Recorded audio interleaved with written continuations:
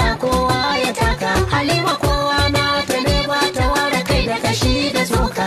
Kokarin da kike wa kowa sai dai wuce Allah ya saka. Mai dubin baiwa magautanki na cikin tsananin nadama. Gaba kan ganiya ta dakta Halima don kowa ya ji ta. Babu zagi babu kage cikin kalamai na da tsafta. Abubuwan da nake faɗa kan Halima sai wanda ya santa.